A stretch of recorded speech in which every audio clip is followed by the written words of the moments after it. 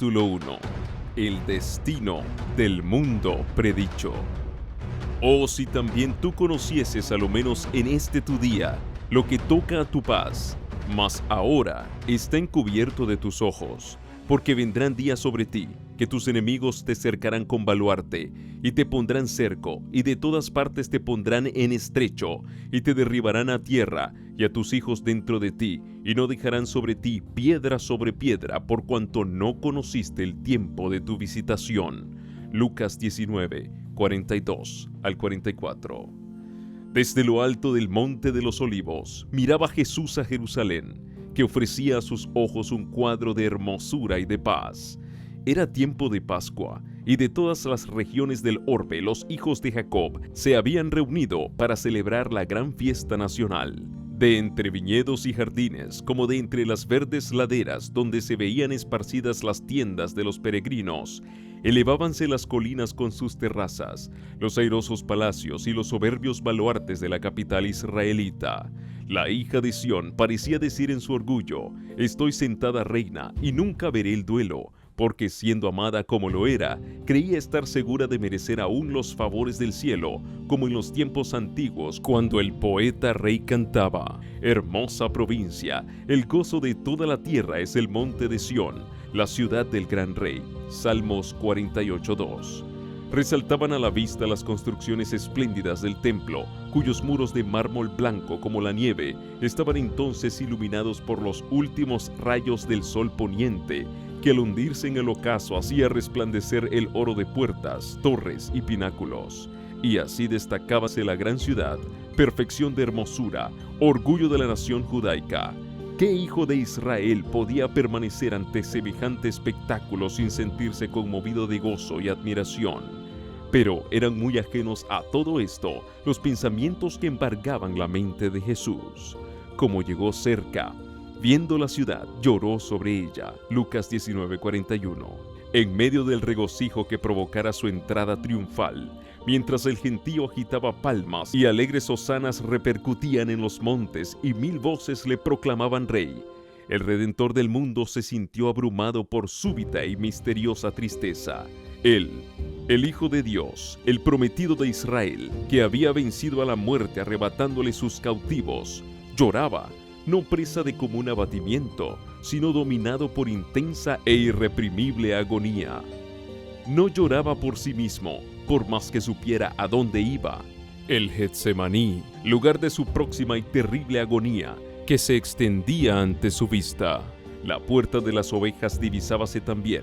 Por ella habían entrado durante siglos y siglos las víctimas para el sacrificio, y pronto iba a abrirse para él, cuando como cordero fuera llevado al matadero. Isaías 53:7. Poco más allá se destacaba el Calvario, lugar de la crucifixión. Sobre la senda que pronto le tocaría recorrer, iban a caer densas y horrorosas tinieblas mientras él entregaba su alma en expiación por el pecado. No era, sin embargo, la contemplación de aquellas escenas lo que arrojaba sombras sobre el Señor en aquella hora de gran regocijo, ni tampoco el presentimiento de su angustia sobrehumana lo que nublaba su alma generosa. Lloraba por el fatal destino de los millares de Jerusalén, por la ceguedad y por la dureza de corazón de aquellos a quienes él viniera a bendecir y salvar. La historia de más de 1000 años durante los cuales Dios extendiera su favor especial y sus tiernos cuidados en beneficio de su pueblo escogido, desarrollábase ante los ojos de Jesús. Allí estaba el monte Moria, donde el Hijo de la promesa, cual mansa víctima que se entrega sin resistencia, fue atado sobre el altar como emblema del sacrificio del Hijo de Dios.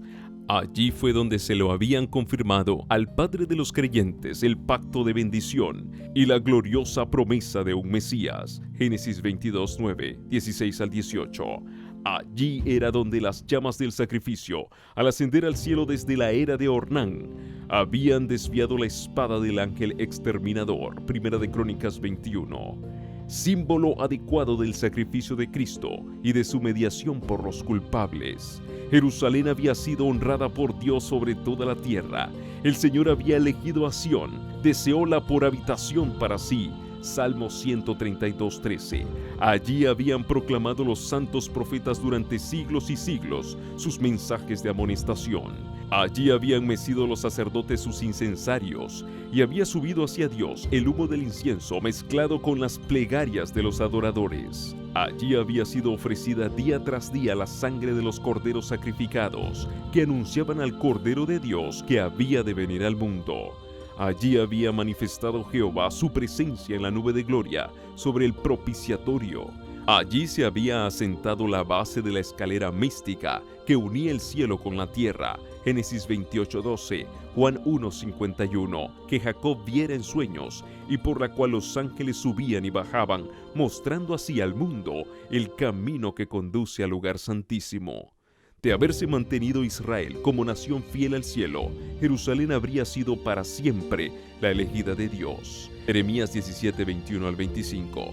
Pero la historia de aquel pueblo tan favorecido era un relato de sus apostasías y sus rebeliones. Había resistido la gracia del cielo, abusado de sus prerrogativas y menospreciado sus oportunidades. A pesar de que los hijos de Israel hacían escarnio de los mensajeros de Dios y menospreciaban sus palabras, burlándose de sus profetas, segunda de Crónicas 36:16, el Señor había seguido manifestándoseles como Jehová fuerte, misericordioso y piadoso, tardo para la ira y grande en benignidad y verdad, Éxodo 34:6.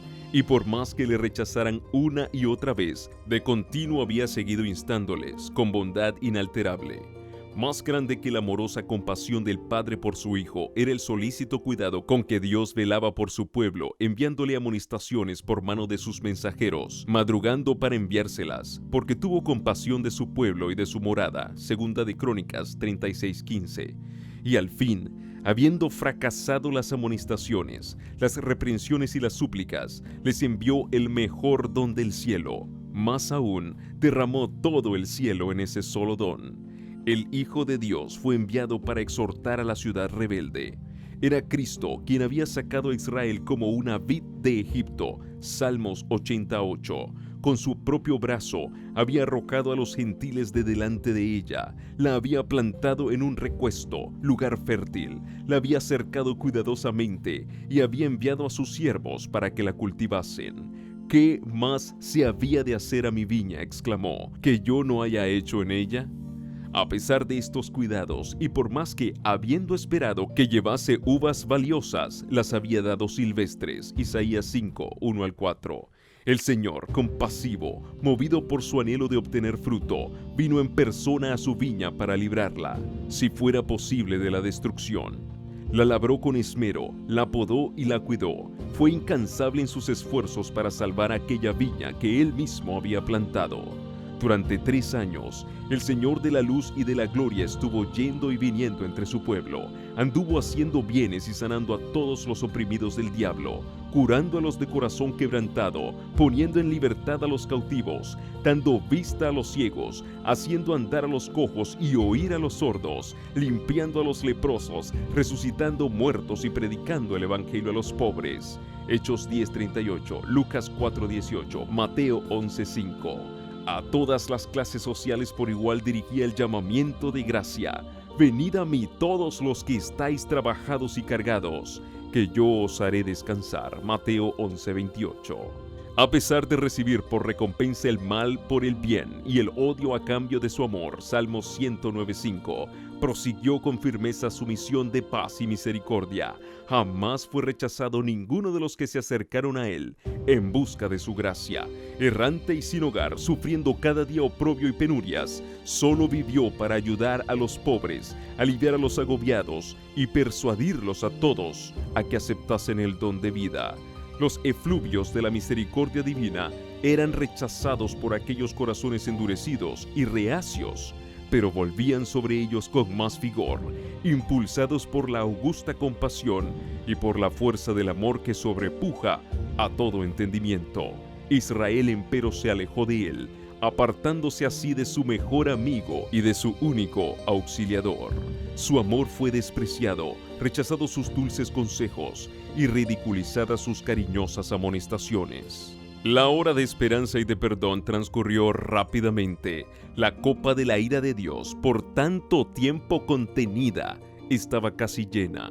La nube que había ido formándose a través de los tiempos de apostasía y rebelión, veíase ya negra, cargada de maldiciones, próxima a estallar sobre un pueblo culpable, y el único que podía librarle de su suerte fatal, inminente, había sido menospreciado, escarnecido y rechazado, y en breve lo iban a crucificar.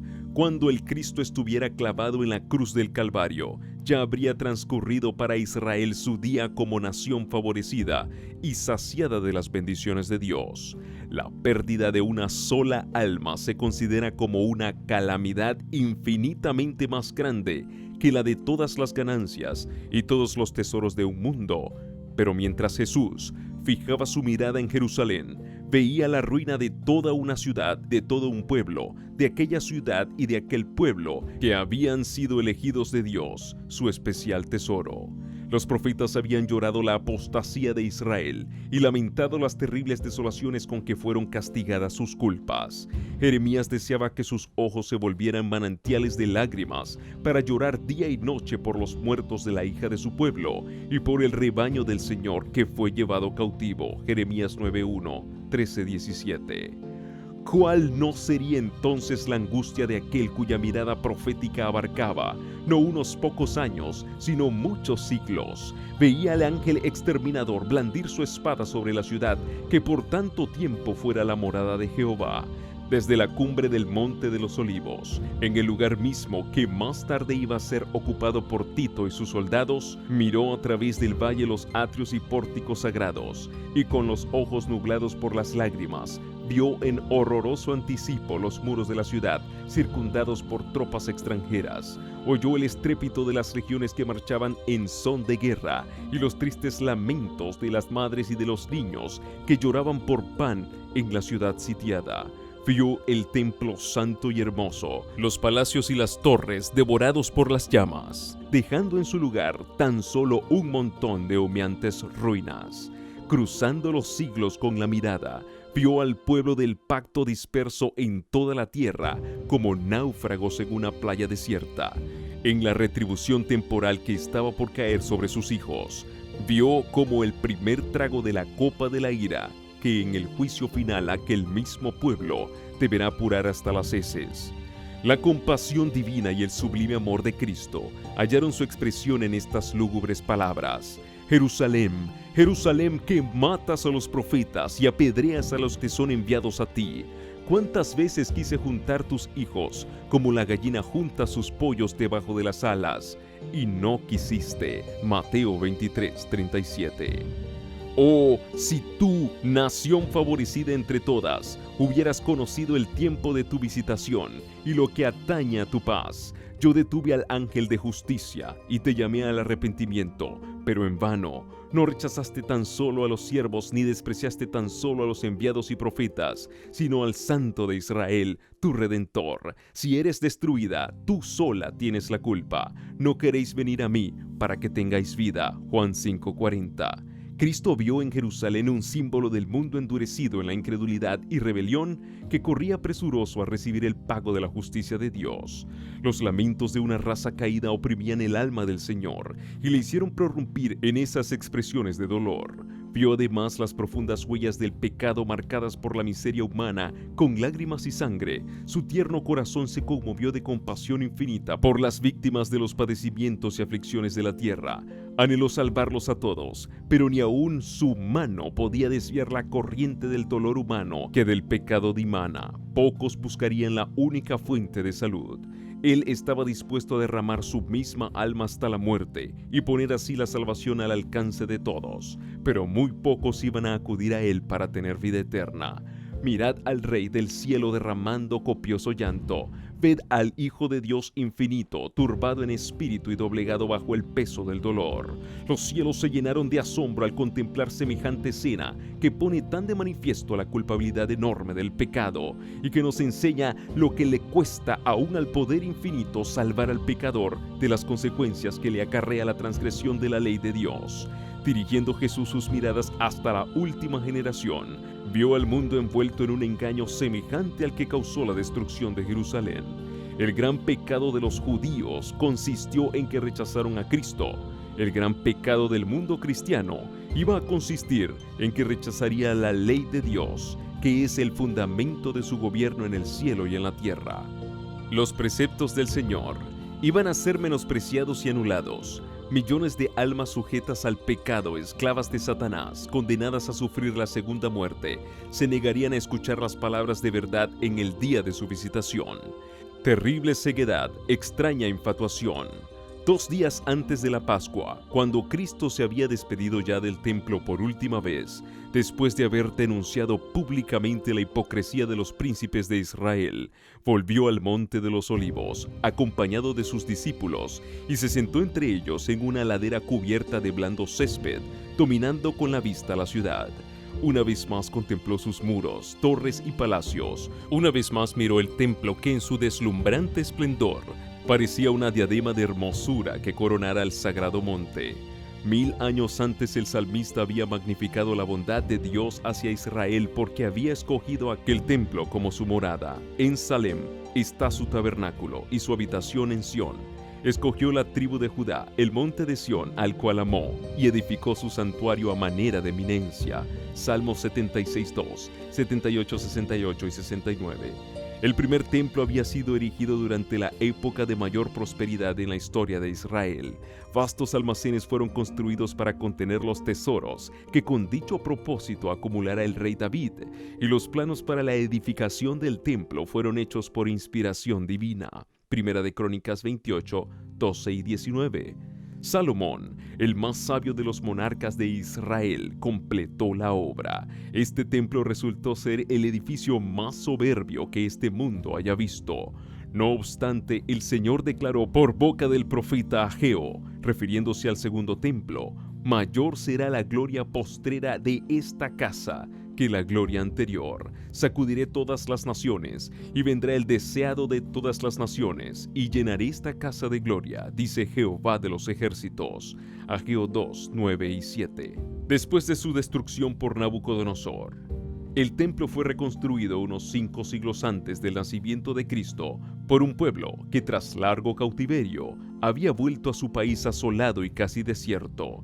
Había entonces en Israel algunos hombres muy ancianos que habían visto la gloria del templo de Salomón y que lloraban al ver el templo nuevo que parecía tan inferior al anterior.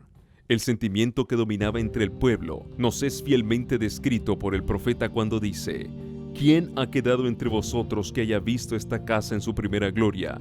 ¿Y cuál ahora la veis? ¿No es ella como nada delante de vuestros ojos? Ageo 2:3, Esdras 3:12. Entonces fue dada la promesa de que la gloria del segundo templo sería mayor que la del primero. Pero el segundo templo no igualó al primero en magnificencia, ni fue santificado por las señales visibles de la presencia divina con que lo fuera el templo de Salomón, ni hubo tampoco manifestaciones de poder sobrenatural que dieran realce a su dedicación. Ninguna nube de gloria cubrió el santuario que acababa de ser erigido. No hubo fuego que descendiera del cielo para consumir el sacrificio sobre el altar. La manifestación divina no se encontraba ya entre los querubines en el lugar santísimo. Ya no estaban allí el arca del testimonio, ni el propiciatorio, ni las tablas de la ley. Ninguna voz del cielo se dejaba oír para revelar la voluntad del Señor al sacerdote que preguntaba por ella. Durante varios siglos, los judíos se habían esforzado para probar cómo y dónde se había cumplido la promesa que Dios había dado por Ageo. Pero el orgullo y la incredulidad habían cegado su mente de tal modo que no comprendían el verdadero significado de las palabras del profeta. Al segundo templo no le fue conferido el honor de ser cubierto con la nube de la gloria de Jehová, pero sí fue honrado con la presencia de uno en quien habitaba corporalmente la plenitud de la divinidad, de uno que era Dios mismo manifestado en carne. Cuando el Nazareno enseñó y realizó curaciones en los atrios sagrados, se cumplió la profecía gloriosa. Él era el deseado de todas las naciones, que entraba en su templo por la presencia de Cristo, y solo por ella la gloria del segundo templo superó la del primero. Pero Israel tuvo en poco al anunciado don del cielo, y con el humilde maestro que salió aquel día por la puerta de oro, la gloria había abandonado el templo para siempre. Así se cumplieron las palabras del Señor que dijo: He aquí vuestra casa os es dejada desierta. Mateo 23, 38. Los discípulos se habían llenado de asombro y hasta de temor al oír las predicciones de Cristo respecto de la destrucción del templo, y deseaban entender de un modo más completo el significado de sus palabras. Durante más de 40 años se habían prodigado riquezas, trabajo y arte arquitectónico para enaltecer los esplendores y la grandeza de aquel templo. Herodes el Grande y hasta el mismo emperador del mundo contribuyeron con los tesoros de los judíos y con las riquezas romanas a engrandecer la magnificencia del hermoso edificio. Con este objeto habíanse importado de Roma enormes bloques de preciado mármol, de tamaño casi fabuloso, a los cuales los discípulos llamaron la atención del maestro diciéndole: «Mira qué piedras y qué edificios». Marcos 13:1. Pero Jesús contestó con estas solemnes y sorprendentes palabras: «De cierto os digo que no será dejada aquí piedra sobre piedra que no sea destruida». Mateo 24:2. Los discípulos creyeron que la destrucción de Jerusalén coincidiría con los sucesos de la venida personal de Cristo, revestido de gloria temporal, para ocupar el trono de un imperio universal, para castigar a los judíos impenitentes y libertar a la nación del yugo romano. Cristo les había anunciado que volvería, y por eso al oírle predecir los juicios que amenazaban a Jerusalén, se figuraron que ambas cosas sucederían al mismo tiempo, y al reunirse en derredor del Señor en el Monte de los Olivos, le preguntaron: «¿Cuándo serán estas cosas? ¿Y qué señal habrá de tu venida y del fin del mundo?» Mateo 24:3. Lo por venir les era misericordiosamente velado a los discípulos, de haber visto con toda claridad esos dos terribles acontecimientos futuros, los sufrimientos del Redentor y su muerte, y la destrucción del templo y de la ciudad. Los discípulos hubieran sido abrumados por el miedo y el dolor. Cristo les dio un bosquejo de los sucesos culminantes que habrían de desarrollarse antes de la consumación de los tiempos. Sus palabras no fueron entendidas plenamente entonces, pero su significado iba a aclararse a medida que su pueblo necesitase la instrucción contenida en esas palabras. La profecía del Señor entrañaba un doble significado. Al par que anunciaba la ruina de Jerusalén, presagiaba también los horrores del gran día final. Jesús declaró a los discípulos los castigos que iban a caer sobre el apóstata Israel, y especialmente los que debería sufrir por haber rechazado y crucificado al Mesías. Iban a producirse señales inequívocas, precursoras del espantoso desenlace. La hora aciaga llegaría presta y repentinamente, y el Salvador advirtió a sus discípulos: «Por tanto, cuando viereis la abominación del asolamiento, que fue dicha por Daniel profeta, que estará en el lugar santo, el que le entienda, entonces los que están en Judea huyan a los montes». Mateo 24:15 y 16, Lucas 21:20. Tan pronto como los estándares del ejército romano idólatra fuesen clavados en el suelo sagrado, que se extendía varios estadios más allá de los muros, los creyentes en Cristo debían huir a un lugar seguro. Al ver la señal preventiva, todos los que quisieran escapar debían hacerlo sin tardar. Tanto en tierra de Judea como en la propia ciudad de Jerusalén, el aviso de la fuga debía ser aprovechado en el acto. Todo el que se hallase en aquel instante en el tejado de su casa no debía entrar en ella ni para tomar consigo los más valiosos tesoros. Los que trabajaran en el campo y en los viñedos no debían perder tiempo en volver por las túnicas que se hubiesen quitado para sobrellevar mejor el calor y la faena del día. Todos debían marcharse sin tardar si no querían verse envueltos en la ruina general. Durante el reinado de Herodes, la ciudad de Jerusalén no solo había sido notablemente embellecida, sino también fortalecida. Se erigieron torres, muros y fortalezas que, unidos a la ventajosa situación topográfica del lugar, la hacían aparentemente inexpugnable. Si en aquellos días alguien hubiese predicho públicamente la destrucción de la ciudad, sin duda habría sido considerado cual lo fuera Noé en su tiempo, como alarmista insensato. Pero Cristo había dicho: «El cielo y la tierra pasarán, mas mis palabras no pasarán». Mateo 24:35. La ira del Señor se había declarado contra Jerusalén a causa de sus pecados, y su obstinada incredulidad hizo inevitable su condenación. El Señor había dicho por el profeta Miqueas: «Oíd ahora esto, cabezas de la casa de Jacob y capitanes de la casa de Israel, que abomináis el juicio y pervertís todo el derecho, que edificáis a Sión con sangre y a Jerusalén con injusticia. Sus cabezas juzgan por cohecho, y sus sacerdotes enseñan por precio, y sus profetas adivinan por dinero, y apóyanse en Jehová diciendo: ¿No está Jehová entre nosotros? No vendrá mal sobre nosotros». Miqueas 3, 9 al 11. Estas palabras dan una idea cabal de cuán corruptos eran los moradores de Jerusalén y de cuán justos se consideraban. A la vez que se decían escrupulosos observadores de la ley de Dios, quebrantaban todos sus preceptos. La pureza de Cristo y su santidad hacían resaltar la iniquidad de ellos. Por eso le aborrecían y le señalaban como el causante de todas las desgracias que les habían sobrevenido como consecuencia de su maldad. Aunque hartos sabían que Cristo no tenía pecado, declararon que su muerte era necesaria para la seguridad de la nación. Los príncipes de los sacerdotes y los fariseos decían: «Si le dejamos así, todos creerán en él, y vendrán los romanos y destruirán nuestro lugar y nuestra nación». Juan 11:48. Si se sacrificaba a Cristo, pensaban ellos, podrían ser otra vez un pueblo fuerte y unido. Así discurrían y convinieron con el sumo sacerdote en que era mejor que uno muriera y no que la nación entera se perdiese. Así era como los principales judíos habían edificado a Sión con sangre y a Jerusalén con iniquidad, y al paso que sentenciaban a muerte a su Salvador porque les echara en cara sus iniquidades, se atribuían tanta justicia que se consideraban el pueblo favorecido de Dios y esperaban que el Señor viniese a librarlos de sus enemigos. Por tanto, había añadido el profeta: «A causa de vosotros será Sión arada como campo, y Jerusalén será manojos, y el monte de la casa como cumbres de breñal». Miqueas 3:12. Dios aplazó sus juicios sobre la ciudad y la nación hasta cosa de 40 años después que Cristo hubo anunciado el castigo de Jerusalén. Admirable fue la paciencia que tuvo Dios con los que rechazaran su evangelio y asesinaran a su Hijo.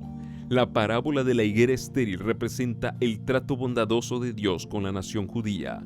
Ya había sido dada la orden: «Cortadla, ¿por qué ocupará aún la tierra?». Lucas 13:7. Pero la divina misericordia la preservó por algún tiempo. Había todavía muchos judíos que ignoraban lo que había sido el carácter y la obra de Cristo, y los hijos no habían tenido las oportunidades ni visto la luz que sus padres habían rechazado. Por medio de la predicación de los apóstoles y de sus compañeros, Dios iba a hacer brillar la luz sobre ellos para que pudiesen ver cómo se habían cumplido las profecías, no únicamente las que se referían al nacimiento y vida del Salvador, sino también las que anunciaban su muerte y su gloriosa resurrección.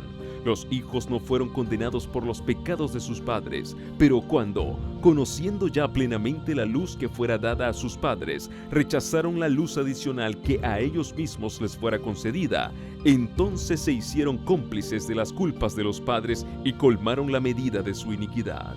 La longanimidad de Dios hacia Jerusalén no hizo sino confirmar a los judíos en su terca impenitencia. Por el odio y la crueldad que manifestaron hacia los discípulos de Jesús, rechazaron el último ofrecimiento de misericordia.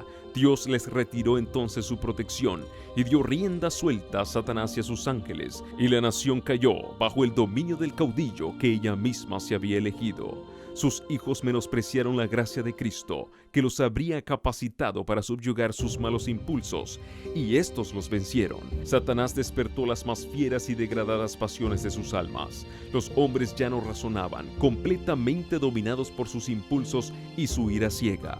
En su crueldad se volvieron satánicos, tanto en la familia como en la nación, en las clases bajas como en las clases superiores del pueblo. No reinaban más que la sospecha, la envidia, el odio, el altercado, la rebelión y el asesinato. No había seguridad en ninguna parte. Los enemigos y parientes se hacían traición unos a otros. Los padres mataban a los hijos y estos a sus padres. Los que gobernaban al pueblo no tenían poder para gobernarse a sí mismos. Las pasiones más desordenadas los convertían en tiranos. Los judíos habían aceptado falsos testimonios para condenar al Hijo inocente de Dios. Y ahora las acusaciones más falsas hacían inseguras sus propias vidas. Con sus hechos habían expresado desde hacía tiempo sus deseos. Quitad de delante de nosotros al Santo de Israel. Isaías 30:11. Y ya dichos deseos se habían cumplido. El temor de Dios no les preocupaba más. Satanás se encontraba ahora al frente de la nación y las más altas autoridades civiles y religiosas estaban bajo su dominio. Los jefes de los bandos opuestos hacían a veces causa común para despojar y torturar a sus desgraciadas víctimas, y otras veces esas mismas facciones peleaban unas con otras y se daban muerte sin misericordia. Ni la santidad del templo podía refrenar su ferocidad. Los fieles eran derribados al pie de los altares, y el santuario era mancillado por los cadáveres de aquellas carnicerías. No obstante, en su necia y abominable presunción, los instigadores de la obra infernal declaraban públicamente que no temían que Jerusalén fuese destruida, pues era la ciudad de Dios, y con el propósito de afianzar su satánico poder, sobornaban a falsos profetas para que proclamaran que el pueblo debía esperar la salvación de Dios, aunque ya el templo estaba sitiado por las legiones romanas. Hasta el fin las multitudes creyeron firmemente que el Todopoderoso intervendría para derrotar a sus adversarios, pero Israel había despreciado la protección de Dios y no había ya defensa alguna para él. Desdichada Jerusalén, mientras la desgarraban las contiendas intestinas y la sangre de sus hijos, derramada por sus propias manos, teñía sus calles de carmesí. Los ejércitos enemigos echaban a tierra sus fortalezas y mataban a sus guerreros. Todas las predicciones de Cristo acerca de la destrucción de Jerusalén se cumplieron al pie de la letra. Los judíos palparon la verdad de aquellas palabras de advertencia del Señor. Con la medida que medís, se os medirá. Mateo 7:2. Aparecieron muchas señales y maravillas como síntomas precursores del desastre y de la condenación. A la medianoche una luz extraña brillaba sobre el templo y el altar. En las nubes, a la puesta del sol, se veían como carros y hombres de guerra que se reunían para la batalla. Los sacerdotes que ministraban de noche en el santuario eran aterrorizados por ruidos misteriosos. Temblaba la tierra y se oían voces que gritaban: «¡Salgamos de aquí!». La gran puerta del oriente, que por su enorme peso era difícil de cerrar entre 20 hombres y que estaba asegurada con formidables barras de hierro afirmadas en el duro pavimento de piedras de gran tamaño, se abrió a la medianoche de una manera misteriosa. Durante 7 años un hombre recorrió continuamente las calles de Jerusalén, anunciando las calamidades que iban a caer sobre la ciudad.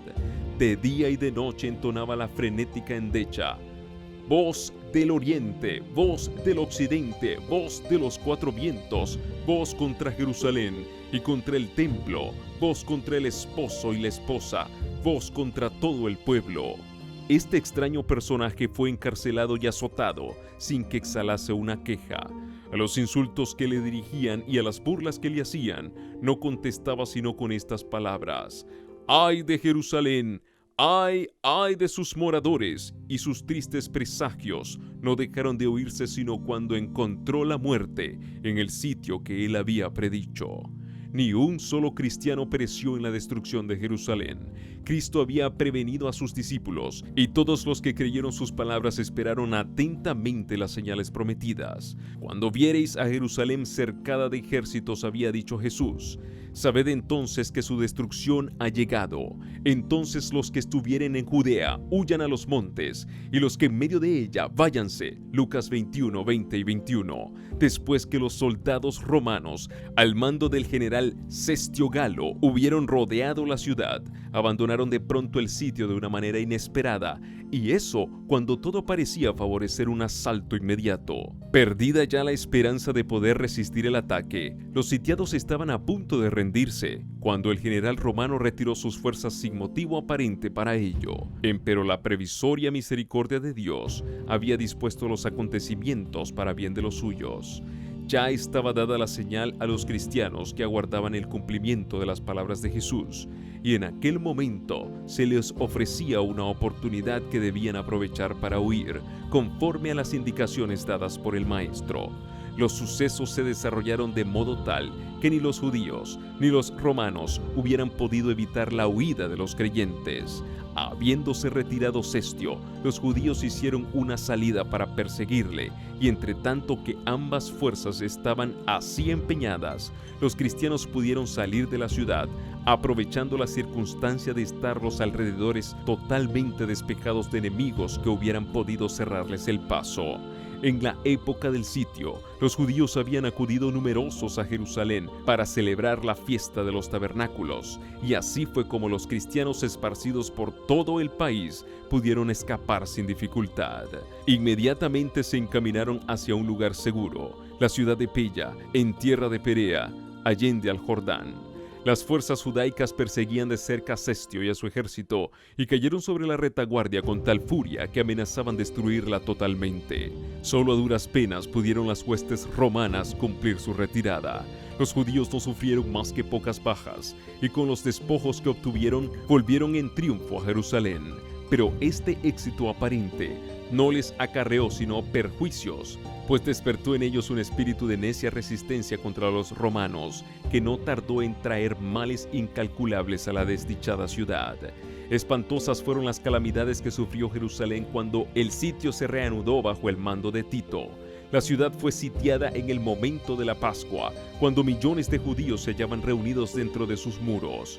Los depósitos de provisiones que, de haber sido conservados, hubieran podido abastecer a toda la población por varios años, habían sido destruidos a consecuencia de la rivalidad y de las represalias de las facciones en lucha, y pronto los vecinos de Jerusalén empezaron a sucumbir a los horrores del hambre. Una medida de trigo se vendía por un talento. Tan atroz era el hambre que los hombres roían el cuero de sus cintos, sus sandalias y las cubiertas de sus escudos. Muchos salían durante la noche para recoger las plantas silvestres que crecían fuera de los muros, a pesar de que muchos de ellos eran aprehendidos y muertos por crueles torturas, y a menudo los que lograban escapar eran despojados de aquello que habían conseguido aún con riesgo de la vida. Los que estaban en el poder imponían los castigos más infamantes para obligar a los necesitados a entregar los últimos restos de provisiones que guardaban escondidos, y tamañas atrocidades eran perpetradas muchas veces por gente bien alimentada que solo deseaba almacenar provisiones para más tarde. Millares murieron a consecuencia del hambre y la pestilencia. Los afectos naturales parecían haber desaparecido. Los esposos se arrebataban unos a otros los alimentos. Los hijos quitaban a sus ancianos padres la comida que se llevaban a la boca, y la pregunta del profeta, ¿se olvidará acaso la mujer de su niño mamante?, recibió respuesta en el interior de los muros de la desgraciada ciudad, tal como la diera la Santa Escritura. Las misericordiosas manos de las mujeres cuecen a sus mismos hijos. Estos les sirven de comida en el quebranto de la hija de mi pueblo. Isaías 49:15, Lamentaciones 4:10. Una vez más se cumplía la profecía pronunciada 14 siglos antes, y que dice: la mujer tierna y delicada en medio de ti, que nunca probó asentar en la tierra la planta de su pie, de pura delicadeza y ternura, su ojo será avariento para con el marido de su seno, y para con su hijo y su hija, así respecto de su niño recién nacido, como respecto de sus demás hijos que hubiere parido, porque ella sola los comerá ocultamente en la falta de todo, en la premura y en la estrechez, con que te estrecharán tus enemigos dentro de tus ciudades. Deuteronomio 28, 56 y 57. Los jefes romanos procuraron aterrorizar a los judíos para que se rindiesen. A los que eran apresados resistiendo, los azotaban, los atormentaban y los crucificaban frente a los muros de la ciudad. Centenares de ellos eran así ejecutados cada día, y el horrendo proceder continuó hasta que a lo largo del valle de Josafat y en el Calvario se erigieron tantas cruces que apenas dejaban espacio para pasar entre ellas. Así fue castigada aquella temeraria imprecación que lanzara el pueblo en el tribunal de Pilato al exclamar: recaiga su sangre sobre nosotros y sobre nuestros hijos. Mateo 27:25. De buen grado hubiera Tito hecho cesar tan terribles escenas y ahorrado a Jerusalén la plena medida de su condenación. Le horrorizaba ver los montones de cadáveres en los valles. Como obsesionado, miraba desde lo alto del Monte de los Olivos el magnífico templo y dio la orden de que no se tocara una sola de sus piedras. Antes de hacer la tentativa de apoderarse de esa fortaleza, dirigió un fervoroso llamamiento a los jefes judíos para que no le obligasen a profanar con sangre el lugar sagrado. Si querían salir a pelear en cualquier otro sitio, ningún romano violaría la santidad del templo. Josefo mismo, en elocuentísimo discurso, les rogó que se entregasen para salvarse a sí mismos, a su ciudad y a su lugar de culto.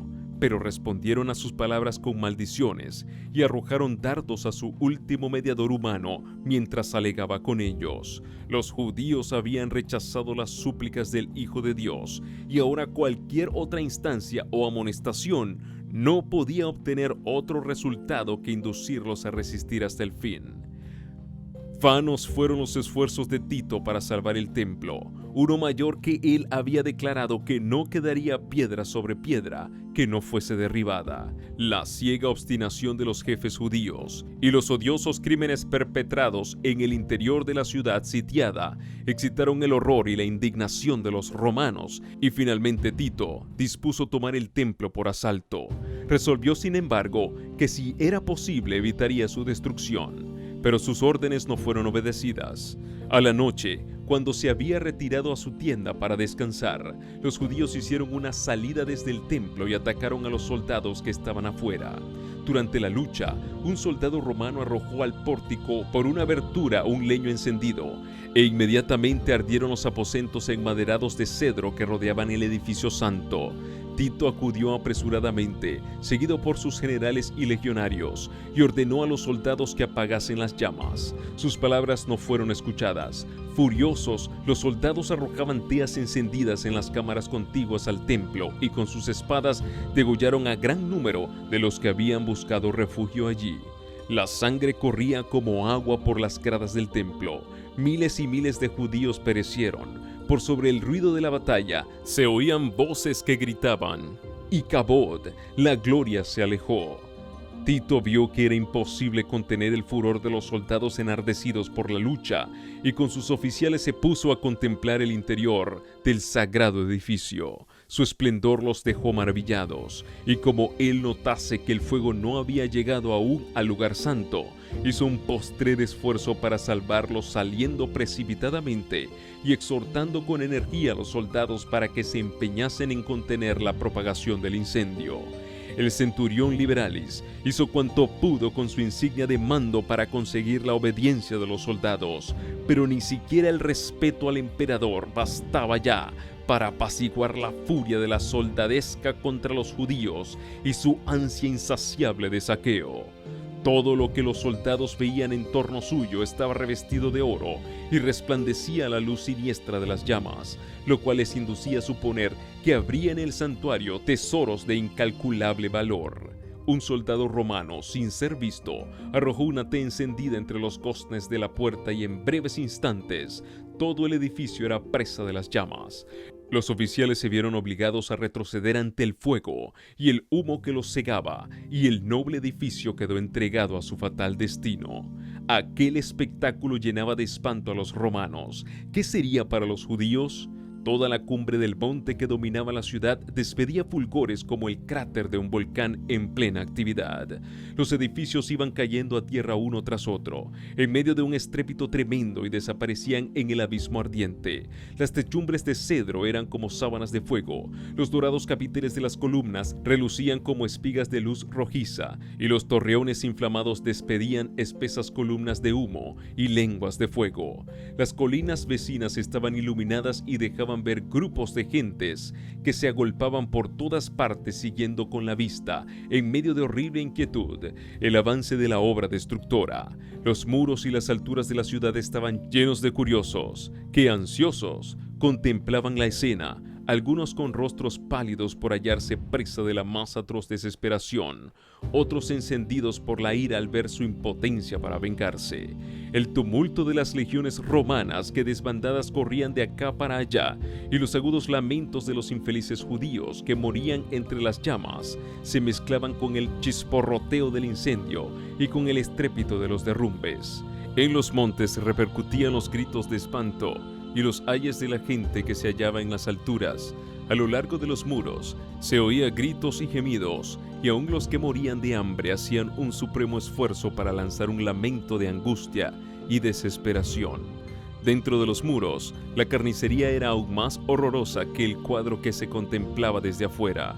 Hombres y mujeres, jóvenes y viejos, soldados y sacerdotes, los que peleaban y los que pedían misericordia, todos eran degollados en desordenada matanza. Superó el número de los asesinados al de los asesinos. Para seguir matando, los legionarios tenían que pisar sobre montones de cadáveres. Destruido el templo, no tardó la ciudad entera en caer en poder de los romanos. Los caudillos judíos abandonaron las torres que consideraban inexpugnables, y Tito las encontró vacías. Contemplólas asombrado y declaró que Dios mismo las había entregado en sus manos, pues ninguna máquina de guerra, por poderosa que fuera, hubiera logrado hacerle dueño de tan formidables baluartes. La ciudad y el templo fueron arrasados hasta sus cimientos. El solar sobre el cual se irguiera el santuario fue arado como campo. Jeremías 26:18. En el sitio y en la mortalidad que le siguió perecieron más de 1 millón de judíos. Los que sobrevivieron fueron llevados cautivos, vendidos como esclavos, conducidos a Roma para enaltecer el triunfo del conquistador, arrojados a las fieras del circo o desterrados y esparcidos por toda la tierra. Los judíos habían forjado sus propias cadenas, habían colmado la copa de la venganza. En la destrucción absoluta de que fueron víctimas como nación y en todas las desgracias que les persiguieron en la dispersión, no hacían sino cosechar lo que habían sembrado con sus propias manos. Dice el profeta: es tu destrucción, oh Israel, el que estés contra mí, porque has caído por tu iniquidad. Oseas 13:9, 14:1. Los padecimientos de los judíos son muchas veces representados como castigo que cayó sobre ellos por decreto del Altísimo. Así es como el gran engañador procura ocultar su propia obra. Por la tenacidad con que rechazaron el amor y la misericordia de Dios, los judíos le hicieron retirar su protección y Satanás pudo regirlos como quiso. Las horrorosas crueldades perpetradas durante la destrucción de Jerusalén demuestran el poder con que se ensaña Satanás sobre aquellos que ceden a su influencia. No podemos saber cuánto debemos a Cristo por la paz y la protección de que disfrutamos. Es el poder restrictivo de Dios lo que impide que el hombre caiga completamente bajo el dominio de Satanás. Los desobedientes e ingratos deberían hallar un poderoso motivo de agradecimiento a Dios en el hecho de que su misericordia y clemencia hayan coartado el poder maléfico del diablo. Pero cuando el hombre traspasa los límites de la paciencia divina, ya no cuenta con aquella protección que le libraba del mal. Dios no asume nunca para con el pecador la actitud de un verdugo que ejecuta la sentencia contra la transgresión, sino que abandona a su propia suerte a los que rechazan su misericordia para que recojan los frutos de lo que sembraron sus propias manos. Todo rayo de luz que se desprecia, toda admonición que se desoye y rechaza, toda pasión malsana que se abriga, toda transgresión de la ley de Dios, son semillas que darán infaliblemente su cosecha. Cuando se le resiste tenazmente, el Espíritu de Dios concluye por apartarse del pecador, y éste queda sin fuerza para dominar las malas pasiones de su alma y sin protección alguna contra la malicia y perfidia de Satanás. La destrucción de Jerusalén es una advertencia terrible y solemne para todos aquellos que menosprecian los dones de la gracia divina y que resisten las instancias de la misericordia divina. Nunca se dio un testimonio más decisivo de cuánto aborrece Dios el pecado y de cuán inevitable es el castigo que sobre sí atraen los culpables. La profecía del Salvador referente al juicio que iba a caer sobre Jerusalén va a tener otro cumplimiento, y la terrible desolación del primero no fue más que un pálido reflejo de lo que será el segundo. En lo que acaeció a la ciudad escogida, podemos ver anunciada la condenación de un mundo que rechazó la misericordia de Dios y pisoteó su ley.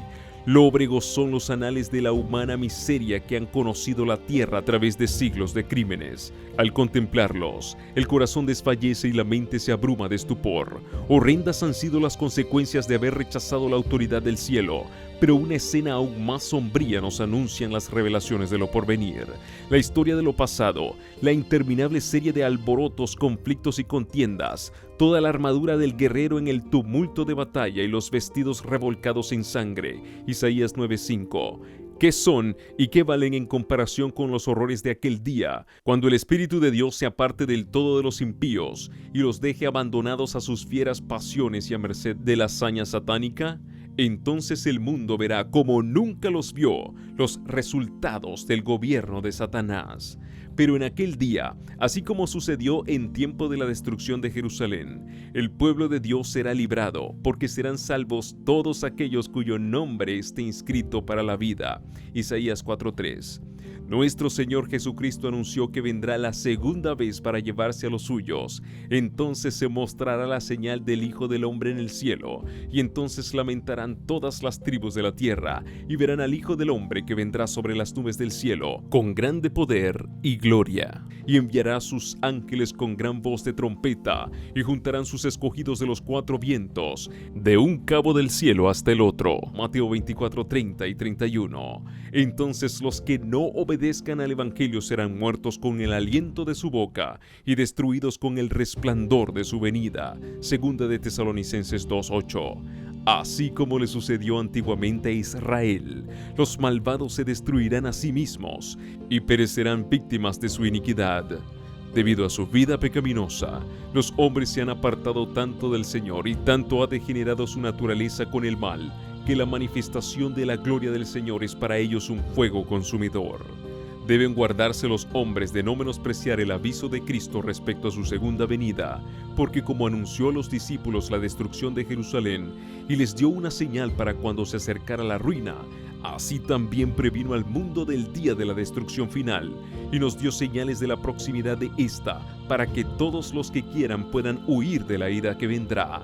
Dijo Jesús, y habrá señales en el sol y en la luna y en las estrellas, y sobre la tierra angustia de naciones. Lucas 21:25, Mateo 24:29, Apocalipsis 6:12 al 17. Cuando viereis todas estas cosas, sabed que está cercano a las puertas. Mateo 24:33. Velad pues, Marcos 13:35. Es la amonestación del Señor. Los que le presten atención no serán dejados en tinieblas, ni sorprendidos por aquel día. Pero los que no quieran velar serán sorprendidos, porque el día del Señor vendrá así como ladrón de noche. Primera de Tesalonicenses 5:1 al 5. El mundo no está hoy más dispuesto a creer el mensaje dado para este tiempo de lo que estaba en los días de los judíos para recibir el aviso del Salvador respecto a la ruina de Jerusalén. Venga cuando venga, el día de Dios caerá repentinamente sobre los impíos desprevenidos. El día menos pensado, en medio del curso rutinario de la vida, absortos los hombres en los placeres de la vida, en los negocios, en la caza al dinero, cuando los guías religiosos ensalcen el progreso y la ilustración del mundo, y los moradores de la tierra se dejen arrullar por una falsa seguridad. Entonces, como ladrón que a medianoche penetra en una morada sin custodia, así caerá la inesperada destrucción sobre los desprevenidos, y no escaparán.